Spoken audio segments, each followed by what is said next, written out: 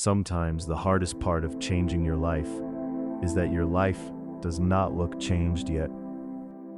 You made the decision, but the proof is not here. Not yet. You're thinking differently, choosing differently, holding yourself to a different standard. But your surroundings still look like the old version of you. The old debt, the old body, the old job, the old pressure. Welcome to Exhausted Dad, documentaries for men running on empty who still want to become better men. Real research, real perspective. One thing to do today or tomorrow. Tonight, the rebuild is working before you can see it. A lot of men quit too early, not because they are lazy, not because they are incapable, because they expected the outside to change as fast as the inside. And that is usually not how rebuilding works. Your mind can change before your surroundings do. The decision can happen first. The standard can change first. The discipline can begin first.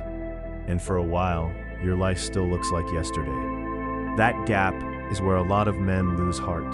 The gap between decision and evidence, effort and result, vision and visible proof. And if you do not understand that gap, you will start calling the rebuild fake when it is actually just early. That's why this part matters so much.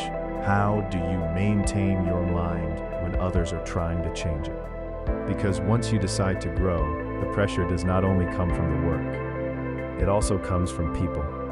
Sometimes it is obvious. Someone questions the plan. Someone tells you to slow down. Someone reminds you why it might not work. But a lot of the time it is quieter than that. It is the look, the hesitation, the doubt in the room, the way people keep talking to you like the old version is still the real one. And if you are not careful, you start absorbing that. You start hearing other people's fear in your own head, other people's comfort in your own hesitation, other people's limits in your own self-talk. Not every doubt in your head is your own. That line matters. Because people do not always try to change your mind out of malice. Sometimes they are scared. Sometimes they are uncomfortable. Sometimes your growth changes what they can ask from you. Sometimes they just cannot see what you see yet. And that creates a real problem.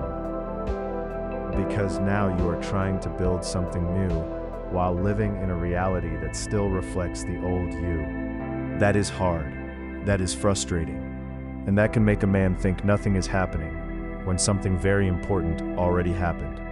He turned. Psychologists Richard Ryan and Edward Dacey's self-determination theory points to a simple truth. Goals tend to hold up better when they feel internally owned, not mainly driven by pressure, image, or approval. In normal language, if your goal belongs to applause, it will struggle in the quiet. If your goal belongs to pressure, it will struggle under resistance. But if it is really yours, it has a better chance of surviving the season where nobody is clapping yet. There is another reason men fold in the middle. They wait until the hard moment to decide what to do. Research on implementation intentions shows that simple if-then plans improve follow-through and help protect goal pursuit from competing pressures. That means you do not just need vision. You need a plan for the moment when the vision gets tested. Not, I hope I stay strong. More like, if people question the plan, I will go back to why I started. If I get discouraged, I will review the next step, not the whole mountain. If the pressure gets loud, I will slow down before I surrender. That is different. That is grounded. Because the rebuild gets hardest when the cheering stops. When everybody was excited in the beginning, it was easy to talk, easy to dream, easy to post about it. But then real life shows up. Bills show up, marriage pressure shows up, kids show up, fatigue shows up, old consequences show up. Now the question is not whether the idea sounded good. Now the question is whether you still mean it. And for dads, this gets even more real, because sometimes the doubt is not fake. Sometimes your wife has a real concern. Sometimes your family is under real pressure. Sometimes money is genuinely tight. Sometimes the risk is real. So this episode is not asking you to ignore reality. It is asking you to weigh it honestly. That is why I think the real question is this: is the result worth the resolve? Not. Is this easy? Is this comfortable? Is everybody cheering? Is the result worth the resolve it will require from you? That is the adult question. Because sometimes the pain is real, and the future is still worth it.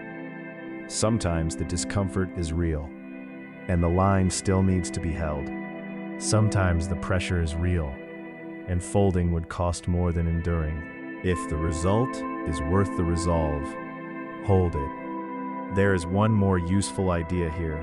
Self-efficacy research says persistence is helped not just by believing in the goal, but by believing you can keep going through obstacles. So the question is not only, do I believe in the goal? The deeper question is, do I trust myself when the goal gets hard? Because a lot of men believe in the dream on good days. What changes their life is whether they can stay with it on bad ones. That does not mean never adjust. That does not mean be stubborn for ego.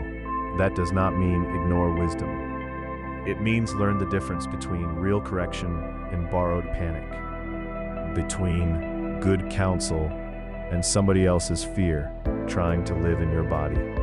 That difference changes lives.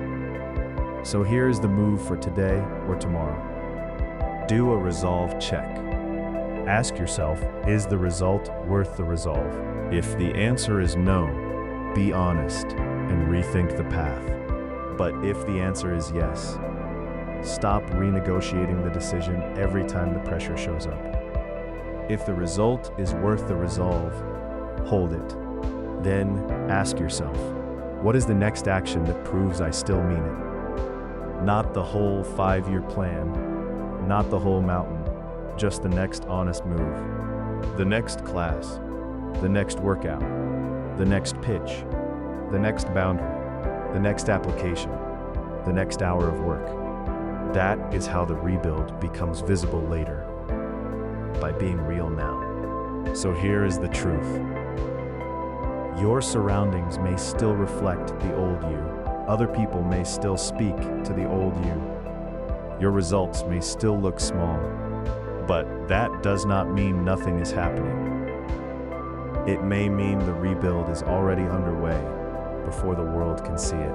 And when that moment comes, when your mind is changing but the proof is still slow, remember this. How do you maintain your mind when others are trying to change it? You come back to what is true. You come back to what you chose. You come back to whether the result is worth the resolve. And if it is, hold it. Subscribe to Exhausted Dad for more real research, real perspective, and one thing to do today or tomorrow.